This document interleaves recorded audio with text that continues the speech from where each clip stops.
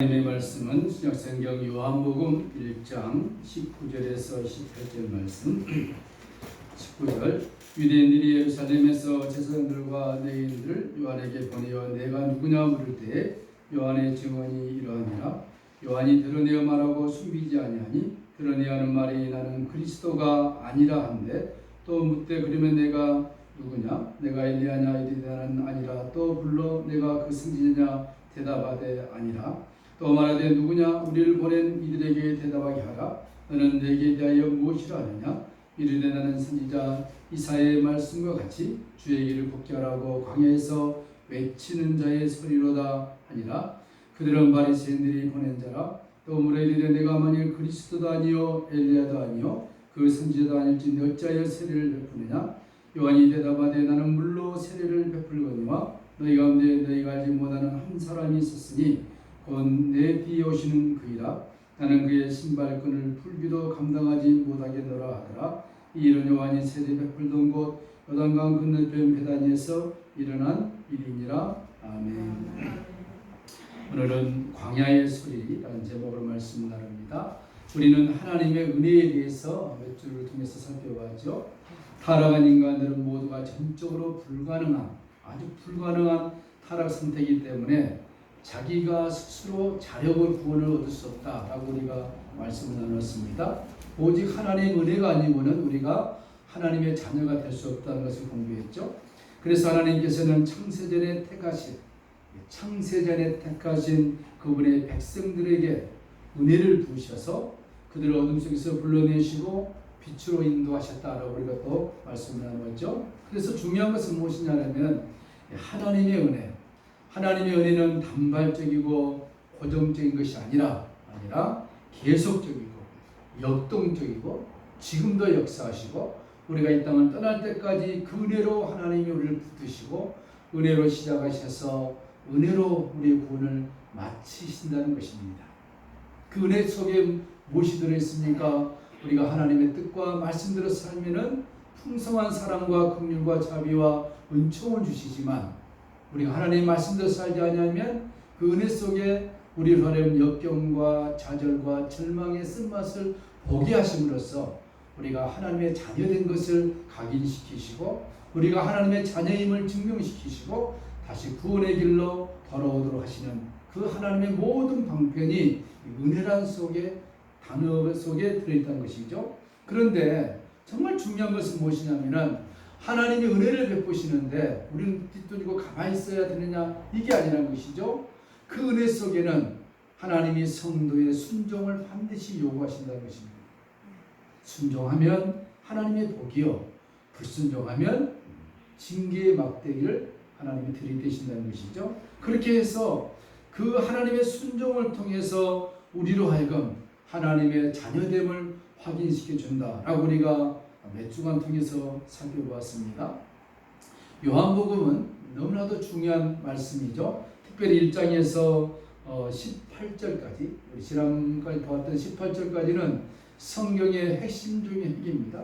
그것이 풀어져야만이 창세기부터 요한계시록까지 들어있는 하나님의 경륜을 이해할 수가 있는 것입니다. 그래서 오늘 요한복음 1장 19절부터 2장 11절까지 이를 보시면은 창세기 1장에 보시면은 하나님이 천지를 창조하셨는데 1일부터 6일 창조하시고 마지막 7째 날에는 안식하셨다라고 우리가 살펴보았죠. 마찬가지로 요한복음 1장 19절부터 2장 12절까지 7날은 창세기의 천지 창조의 구조와 매우 동일한 것을 볼 수 있습니다. 빛으로 시작해서 저기 창세기 보면은 빛이 있으라 그랬죠. 빛을 뭐라 했습니까? 히브리어로 오르라 그랬죠. 빛으로 시작해서 하나님께서 마지막 날 7째 날 안식으로 끝나는 것이 창세기의 천지 창조의 스펙트럼이죠. 마찬가지로 요한복음도 빛으로 시작하십니다. 빛 대신 예수님. 빛으로 시작해서 7째 날 어린 양의 혼인잔치로 시작되는 하늘의 안식으로 끝나고 있습니다. 이해가 되신가요? 그 가나 혼인잔치 아시죠? 그 가나 혼인잔치 빛으로 시작되신 예수님이 가나 혼인잔치에 물을 포도주로 만들어서 완성하신 것처럼 그러니까 하늘의 안식을 상징하는 것이죠. 이렇게 구조가 비슷하게 되어 있습니다. 요한복음은 1장 18절까지 예수 그리스도가 누구냐? 칠판아침 어린이들에게 설명했는데 예수 그리스도가 누구냐? 말씀이라는 것인데 그 말씀이 하나님 함께 계셨는데 그 말씀이 곧 하나님이시다. 이렇게 명백하게 말씀하셨는데 그 말씀이 때가 되어져서 갈라디아서 6장 6절에 때가 참에 때가 되매 육신의 몸을 입고 오셔서 이 땅에 오셔서 은혜로 하나님의 백성들을 구원하실 것을 천명하신 것입니다. 그리고 19절부터 2장 12절까지 창세기의 7날과 똑같은 구조로 하나님 나라의 완성이 어떤 식으로 이루어질 것인가를 분명하게 보여주고 있죠. 2장 12절부터 2장 마지막 절까지 성전을 청결하게 하는 장면이 나옵니다. 그것은 뭐냐면은 구원이라는 것은 율법이 아닌 은혜로 이루어진다는 걸 또 확인시켜줘요. 너희들이 막 제사를 지내고 막 그게 아니라 율법이 아니라 뭡니까? 은혜로 구원을 얻는 것이 예수님이 성전을 청결하게 해버린 것입니다. 그렇죠? 그리고 3장에 보시면 또 확인시켜줍니다. 유대인과는 니고데모를 불러가지고 구원이 무엇인가를 또 확인시켜줘요. 내가 어떻게 어머니 뱃속에 들어가서 또 나올 수 있습니까? 니고데모가 유명한 사람인데 그걸 못 깨닫는 거예요. 그래서 예수님이 뭐랍니까?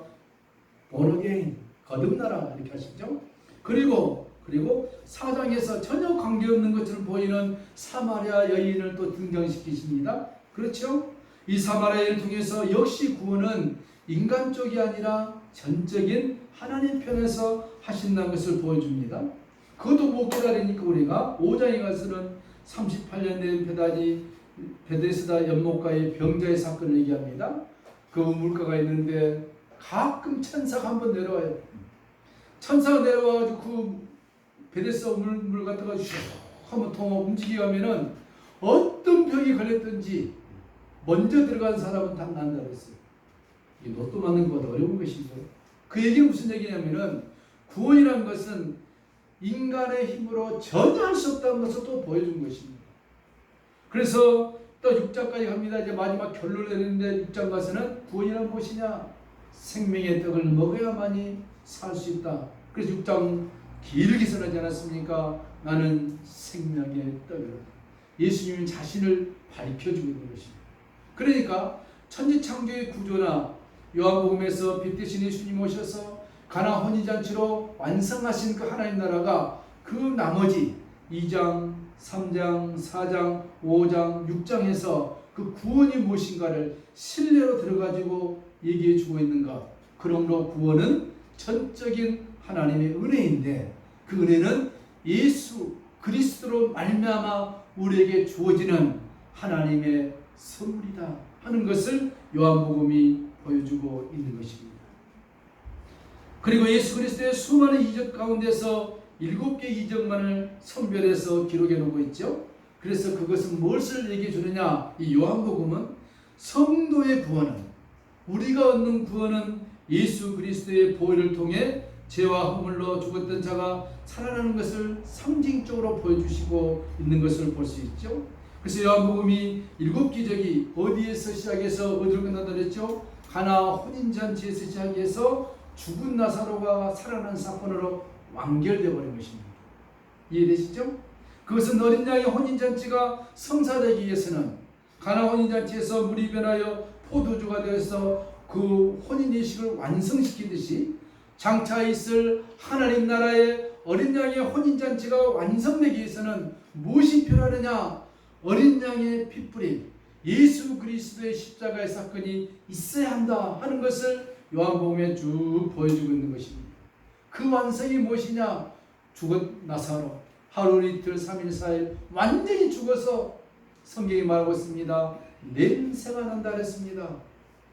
육신이 썩어서 냄새가 난다 그랬어요. 절망입니다. 가능성은 전혀 없는 것입니다. 완전히 죽은 것입니다. 나사로가.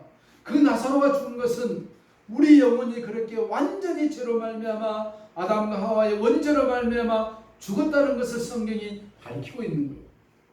나사로가 살아날 수가 없는 거예요. 그렇지만 예수님이 말씀하십니다. 죽은 나사로를 향하여 나사로야 나오너라. 그 음성이 예수의 그 말씀이 죽은 나사로를 살려내듯이 우리가 완전히 죽어서 냄새난 우리 영혼인데 예수님의 말씀이 우리에게 들려집니다. 살아나라. 그 음성을 우리가 살아나게 된 것입니다. 그것이 뭐라고요? 구원이라는 것입니다. 그 구원이 하나님의 은혜로 주어졌다. 그러나 성경은 처음부터 끝까지 오직 복음은 예수 그리스도의 생명의 복음은 예수 그리스도를 말미암아 하나님 우리를 사랑하셔서 그의 은혜로 주어지는 값없는 선물이다. 하나님 편에서는 값없지만 우리 편에서 얼마나 그 위대한지 모를 것입니다. 그래서 우리가 그 무엇으로도 갚을 수 없는 것이 예수 그리스도의 십자가의 사건이라는 것을 보여주고 있는 것이 요한복음의 스펙트럼 구조인 것입니다. 이해되시죠? 자, 그러면 오늘 본문 한번 들어가 봅니다. 오늘 본문의 내용을 보면 바리새인들이 보낸 제사장들과 레위인들이 세례 요한에게 찾아와서 질문을 하고 있습니다. 근데 그 질문을 하는데 첫 번째 질문은 그렇지만 질문을 세 번 하지 않습니까? 두 번째, 세 번째 질문 요한이 아주 성의 없이 대답을 해버려요. 제사장과 레위인들이 와서 네가 그리스도냐 묻습니다. 요한이 대답합니다. 나는 그리스도가 아니다. 당당하죠? 당연하지 않습니까? 요한은 그리스도가 사실 아니죠. 그런데 두 번째 질문과 세 번째 질문은 요한이 충분히 설명할 수가 있어요. 나는 정말 그리스도가 아니야. 나는 예수 앞에 그리스도 앞에 번을 받는 하나의 메신저에 불과하다라고 설명을 정확히 해줄 수도 있는데 요한이 그렇지 않습니다. 그리고 또 두 번째 질문합니다. 그럼 네가 엘리야냐? 요한이 짧게 얘기합니다. 아니, no 하죠. 세 번째 질문하죠. 그럼 네가 선지자냐? 엘리야가 아니면은 선지자냐? 이렇게 묻습니다. 요한이 또 설명을 길게 할 수 있고 예수님을 설명할 수 있는데 불구하고 짧게 아니라고 합니다. 근데 마태복음에 보니까 마태복음에 예수님께서 친히 세례 요한이 바로 뭐라 하느냐면은 그 세례 요한은 말라기에 예언되어진 오리라 한 엘리야라고 예수님이 직접 요한에 대해서 말씀하시죠. 마태복음 11장 13절 모든 선지자와 율법에 예언한 것이 요한까지니 14절 만일 너희가 진리가 받을진대 오리라 한 엘리야가 곧 이 사람 세례 요한이다 라고 예수님이 완벽하게 설명해 줍니다. 그런데 세례 요한은 단번에 아니라고 했을까요? 분명히 그 선지자임에도 불구하고 누가복음 16장 16절에 율법과 선지자는 어디까지 했습니까? 요한까지.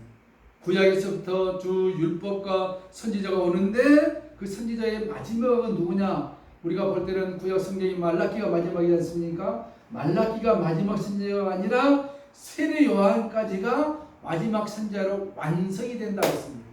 더 이상 선지자가 필요 없는 거예요. 왜? 세례 요한 다음에 누가 왔습니까? 예수 그리스도가 오셨기 때문에 그 구약에서부터 긴 시간 동안 사역을 했던 선지자 사역은 끝나버린 것인데 왜? 실체 대신 예수님이 오셨기 때문에 그런 것이죠.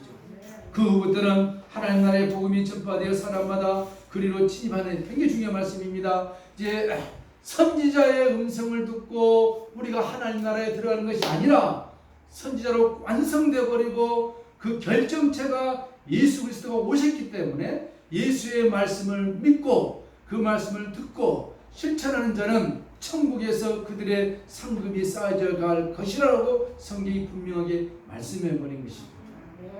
그런데 여러분, 저 이스라엘 그 정통파들은 지금도 구약 성경에서 오리라 예언되어진 그들의 희망의 메시아를 지금도 기다리고 있습니다. 얼마나 안타깝습니까? 이렇게 요한은 구약의 마지막 선지자였습니다. 주님께서도 요한을 가리켜 선지자 중에 선지자라고 말씀하셨죠. 본인 자신이 선지자임을 또 알고 있었어요. 오늘 본문 22절, 23절을 보시면은 또 말하되 누구냐 우리를 보낸 이에게 대답하게 하라. 너는 내게 대하여 무엇을 하느냐라고 물었을 때 세례 요한이 말합니다. 나는 선지자 이사야의 말과 같이 주의 길을 곱게 하라고 광야에 외치는 자의 소리다. 세례 요한이 분명하게 나는 누구냐? 내가 누굴까요? 나는 누구냐? 자신이 알고 있었습니다. 나는 구약 이사야 선지자가 예언하듯이 광야에서 외치는 자의 마지막 소리에 그 선지자가 이곳은 나라는 것을 요한이 알고 있음에도 불구하고 바리새인들이 보낸 대제사장과 선지자들에게는 나 잘 모르겠다. 엘리야냐? 아니. 선지자냐? 몰라. 아주 무성하게 얘기를 하고 있는 것이죠. 이사야 4장 보시면은 외치는 자의 소리여 가로되 너희는 광야에서 여호와의 길을 예배하라. 사막에서 우리 하나님의 대를 평탄케 하라. 골짜기마다 어두워지며 산마다 이렇게 혀지면서 여호와의 영광에 타두고 모든 육체가 그것을 함께 해버리라. 대저 여호와의 말씀이 하시면서 마태복음에서 바로 그 광야에서 외치는 자의 소리가 누구냐? 세례 요한이라고 명백하게 말씀하고 있죠. 마태복음 3장 1절에 그때 세례 요한이 이르러 유대 광야에서 전파하여 가로되 회개하라 천국이 가까이니라 하셨으니 3절에 설명해 줍니다. 저가 누굽니까? 세례 요한. 그는 선지자 이사야로 하신 말씀하신 자라. 광야에 외친 자의 소리가 있으라되 너희는 주의 길을 예배하라. 그의 첩경을 평탄케 하라. 이렇게 광야에서 외칠 자가 먼 훗날 나올 것인데 그 말씀 그대로 세례 요한이 그 아버지가 제사장 가문임에도 불구하고 그것을 다 박차고 광야로 가서 메뚜기와 석청을 먹으면서 광야에서 낙대 트롯을 보면서 외치는 말씀이 무엇이냐? 회개하라 천국이 갖고 왔느니라. 그 외치는 그 자, 예수님 오시기 전, 세례요한이 오시기 전 700년 전에 예언해놨던 이사야 선지의 예언이 여러분 700년 후에 이루어졌다니까요. 우리는 기도했는데 2, 3년만 안 이루어져도 왜 이 꽝인가 보다 이렇게 해버리는데 700년 만에 이루어졌다니까 예언이. 대단하지 않습니까? 그 700년 만에 이루어진 그 예언의 주인공이 누구냐? 나 세례 요한이라고 세례 요한이 알고 있다는 것입니다. 세례 요한은 유대인들이 기다리던 엘리야와 성경이 말하는 엘리야와 그리고 유대인들이 기다리던 선지자와 성경이 말하는 그 선지자가 다른 것임을 말하고 싶었던 거예요. 이 정말로 똑똑하고 박식한 이 바리새인들과 서기관들과 종교 지도자들에게 너희들에게 정말로 예수 그리스도가 누구인 것을 말씀해 주고 싶었지만 같은 시대에 살고 있었지만 전혀 다른 생각을 하고 있는 그들에게 예수 그리스도에 대해서 증거해봤자 말해줘봤자 설명해줘봤자 그들의 마음속에 들어갈 여지가 전혀 없는 것을 세례 요한이 알고 안 해버린 것입니다. 요한은 구구하게 설명하지 않고 그는 그냥 나 아니다.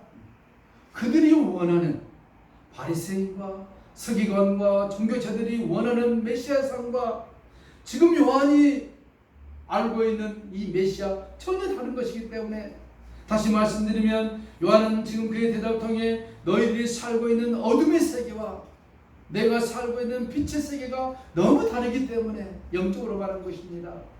너희들이 영적으로 어둠의 세계이기 때문에 내가 깨달은 빛의 세계를 얘기해도 듣지 못하는 너희들 그들 향하여 요한이 설명하고 증명하고 깨닫게 해주는 열심히 한 것이 아니라 단칼에 잘라버리고 뭐라고 얘기합니까? 이 독사의 자식들아. 독사의 자식들아. 구약에서 가장 큰 욕이 독사의 자식들. 이 독사를 했습니다. 뱀의 자식들아. 이 비퍼스 이렇게 합니다. 뱀의 자식들. 뱀은 누굽니까? 독사는 무엇을 상징합니까? 우리가 알고 있듯이 사단을 상징한 것입니다. 이 사단의 자식들아. 너희 어둠 속에서 있는 너희들은 빛의 세계로 오려고 몸부림치지도 않는 너희들에게 내가 어떻게 설명하랴? 그러면 여러분 유대인들이 기다리던 그 엘리야는 과연 어떤 엘리야였습니까? 말라기 4장 4절 보니까 너희는 내가 호렙에서 온 이스라엘 위하여 내 종 모세에게 명한 법 곧 율례와 법들을 기억하라. 보라 여호와의 크고 두려운 날이 이전에 내가 선지자 엘리야를 너에게 보낼 것이라 했습니다. 엘리야. 그가 아비의 마음을 자녀에게 돌이게 하고 자녀들의 마음을 아비에게 돌이게 하리라. 돌이게 아니하면 들을 건데 내가 와서 저주로 그 땅을 칠까노라. 이 말씀은 말라기에 예언된 말씀인데 예수님이 오셔서 하실 사역, 예수님이 이룰 사역, 그 이후에 세상에 종말의 사역이 어떤 것인가를 동시에 보여주고 있는 내용이죠. 구약의 성경 말라기에서 말라기에 관한 예언이 나옵니다. 엘리야에 대한 예언이 나오죠. 이 말라기의 예언은 사실 누구의 예언입니까? 예수 그리스도의 사역에 관한 예언이 된 것이죠. 아비의 마음을 자녀에게 돌이키게 하고 자녀들의 마음을 아비에게 돌이킨다. 이 아비라가 누굽니까? 하나님. 우리 육신의 부모 이거 될 수 있지만 그것이 아니라 우리 모두가 하나님의 자녀들이 이 자녀들의 마음을 누구에게? 아버지에게. 저주를 주고 우리들을 아버지의 마음을 우리들에게 이 연결 누가 시켜준 겁니까? 예수님의 십자가로 연결시킨다는 것입니다.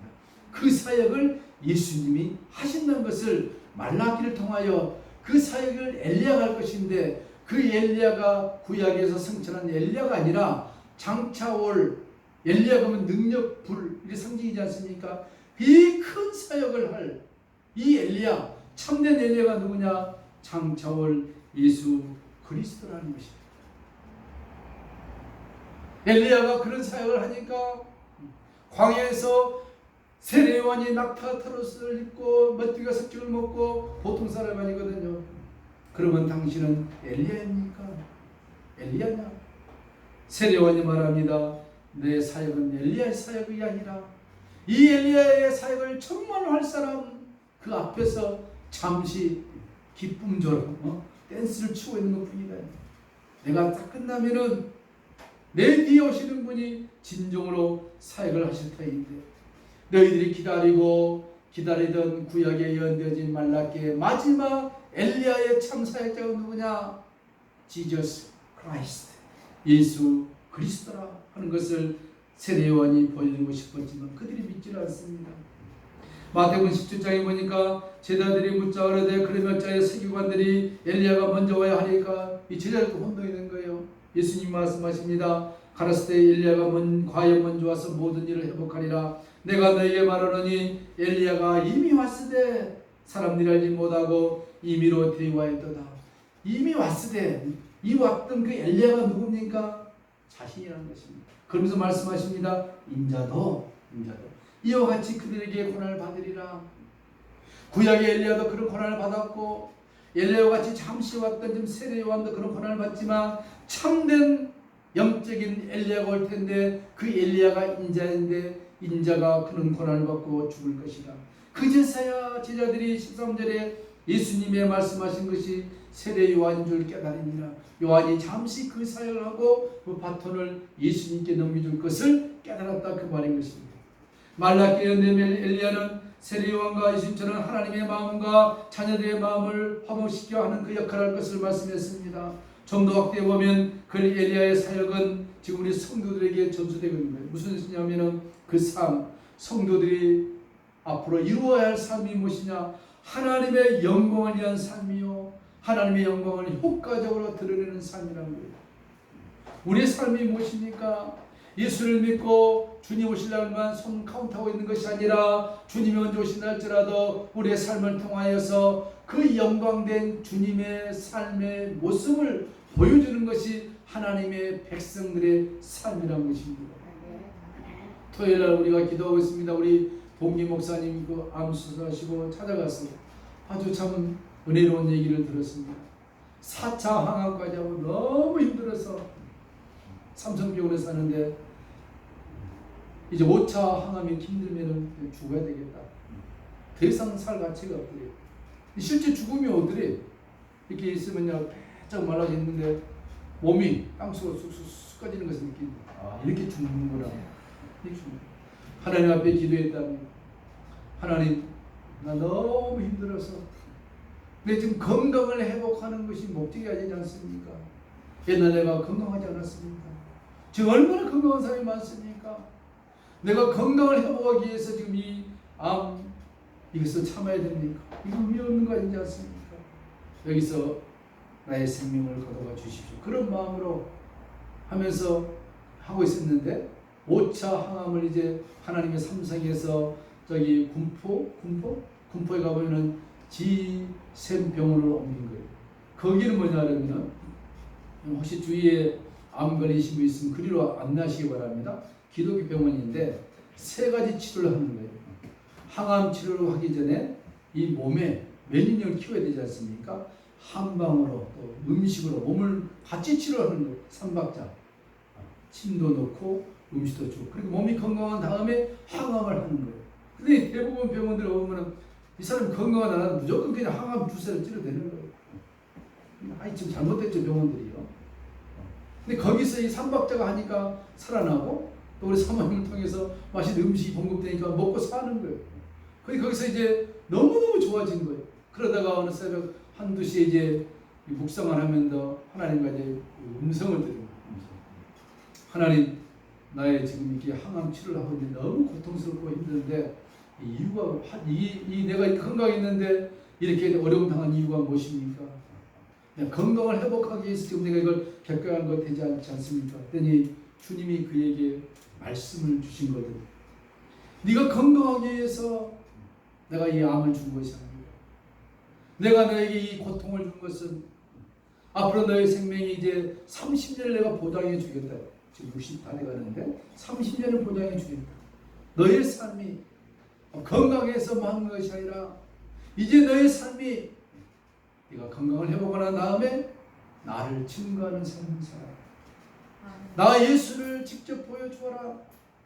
예수의 삶을 네가 보여주어라. 예수 믿는 것이 무엇인지를 내 가족에게, 교인들에게 보여줘. 무슨 교회를 크고 짓고 사람을 많이 모으고 이게 아니라 너를 보면은 네가 예수구나. 네 안에 내가 있고 내가 네 안에. 성경이 그 말씀 많이 들었죠. 아버지가 내 안에, 내가 아버지가 내 안에, 아버지가 내 안에 있는 것을 알게 하신 요한복음 17장. 그 삶을 보여줘요. 전 그 말씀 듣고 너무 감동받았어요. 그거구나. 목사, 장로님, 권사님, 성도님 하면 우리가 큰 일도 해야 되겠지만 그것이 아니라 참된 일은 무엇이냐? 하나님을 믿는 것인데 영생이 우리 안에 있기 때문에 김동경 그럼 있고 예수님의 삶이구나. 임세영 장로 그러면 예수님이구나. 이걸 보여주라는 거야. 이걸. 어쩌면 우리는 한국교회가 대형화돼가지고 물질 문명의 그 만능에 사로잡혀서 예배당을 크게 짓고 성도들이 많이 모인 것을 마치 목회의 성공인 것처럼 우리가 착각하고 수십 년 동안 살아왔지만 성경을 보니까 그게 아니라 네 한 사람이 오늘 세례요한 그 한 사람이 누구를 보여줬습니까? 오실 메시아 예수님을 보여주고 끝나버린 거 아닙니까? 사도 바울이 많은 일을 했지만 그가 늘 고백 속에 무엇입니까? 나는 날마다 죽노라. 나는 예수를 본받는 자다. 내가 예수를 본받은 것처럼 디모데에게 너도 나를 본받으라. 그러면서 복음과 함께 고난을 받으라. 고난을 받으라. 사도 바울이 그의 아들 같은 제자 디모데에게 너 예수 믿고 축복받았으면 이렇게 살아라. 한마디도 없습니다. 오직 한 말은 복음과 함께 고난을 받으라. 그 말은 너의 삶 속에서 예수 그리스도의 십자가가 무엇인가를 만방에 선포해라. 너의 사랑하는 아들 디모데야. 이것이라니까요. 바울도 말했습니다. 나는 나의 남은 인생을 저 그리스도의 몸된 그의 교회를 위하여 내 생명을 바치노라. 그러면서 그는 로마에 가면 죽을 줄 알았지만 가지 말라고 성령이 예언한 사람들의 말을 들었지만 나는 그것이 얽매이지 않냐고 심령에 매인바되어 저 로마에 있는 하나님의 백성들을 구하게 하여 내가 세상을 차고 죄인된 신분이 되지만 가겠다. 그곳에서 생명 되신 예수 그리스도를 증거하고 나는 하나님 나라에 가겠다. 바울은 하나님 나라가 무엇인지 알았습니다. 바울은 천국이 무엇인지를 보았습니다. 그가 고린도 후서 11장 12장에서 보시면 낙원을 보았습니다. 천국이 무엇인지를 보았습니다. 그것을 보았기 때문에 이 땅의 삶은 아무것도 아니란 것, 오직 예수를 증거하는 선교의 현장일 뿐이라는 것을 바울이 한 것입니다. 그렇게 바울은 13, 14신서를 통해서 천국이 무엇인가를 보여주었음에도 불구하고 오늘날 말씀을 해석하고 설교한 저 같은 잘못된 목사들이 예수로 말미암아 이 땅에서 잘 먹고 잘 살고 부하게 되는 것을 마치 목회의 성공이고 교회의 성공이고 무엇인 것처럼 둔갑해버리는 세상의 물질 문명과 혼합시켜버리는 이 못된 행위를 우리가 했다는 거예요. 우리 그 목사님이 주의 음성을 듣을 때 너를 통해서 예수를 증거해. 너가 먹고 자고 싸고 숨쉬는 모든 것이 예수다. 그것을 보여줬을 때 그가 크게 깨닫다면 이것이구나. 그렇습니다. 오늘 세례 요한에게 예수님이 그를 통해서 또 사람들이 와서 네가 누구냐 했을 때 당당하게 말합니다. 나는 그리스도가 아니다. I am not Christ. 나는 그리스도를 증거하는 사람이요, 내 뒤에 오실 그리스도를 위해서 나는 모든 것을 바칠 사람이요, 그리스도가 영광되기 위해서 나는 나의 생애 온 생애를 비록 제사장의 훌륭한 가문이고 화렵게 살 수 있었지만 다 버리고 광야에 가서 메뚜기와 석청을 먹으면서 그 하루 이틀이지 얼마나 배고픔이 있겠습니까?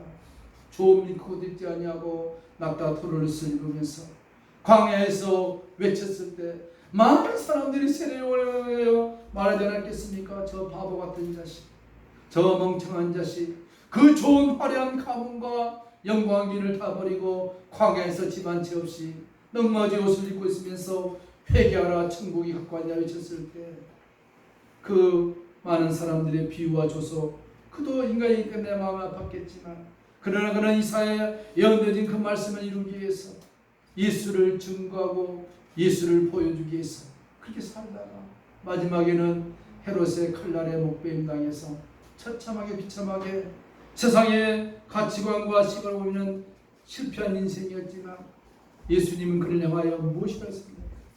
여자가 낳은 자 중에 가장 큰 자이다. 선지자 중에 선지자니라. 그 세례요한, 그는 지금 하나님 나라에서 재림하실 주님의 그날을 기다리면서 수많은 천군 천사들이 함께 이 땅에 주님과 재림할 때 그날을 기대하면서 기도했을 것입니다. 그리고 이 땅에 천년왕국이 시작됐을 때 주님 보좌 우편에 앉아 왕노릇 할 것을 그 영광의 꿈을 꾸면서 이 땅에서 고난과 역경 속에 살고 있는 우리를 향하여서 세례요한은 뿐 아니라 많은 선지자들이 응원하고 있을 것입니다. 오늘 광야에 외치는 자의 소리, 그 소리가 들려지십니까? 광야에 외친 자의 소리가 우리 귀에 들려지고 우리 심령 속에 들려질 때 우리는 살아나게 될 것입니다. 왜 그 소리가 그저 외치는 소리로 끝나버린 것이 아니라 우리 심령에 주어지는 하나님의 음성이요, 하나님의 속삭임이요, 구원의 메시지요, 그 음성을 듣는 자는 살아나게 될 것이라는 것입니다. 그 음성이 무엇입니까? 오늘 우리 앞에 쓰여져 있는 이 하나님의 말씀이 것입니다. 이 말씀이 능히 우리를 살려내고 이 말씀이 능히 우리를 인도하시고 이 말씀을 통하여 우리가 이 땅에서 승리하고 이 말씀을 통하여서 우리가 장차 주님의 나라에 갔을 때 하나님으로부터 은혜와 영광과 기업의 축복을 받게 될 것이다. 이 세례 요한이 외쳤던 광야의 음성, 광야의 소리 늘 들려주시고 그 음성으로 말미암아 우리 영혼이 풍성해지시기를 주님의 이름으로 축복합니다. 찬양하시겠습니다. 3대 5장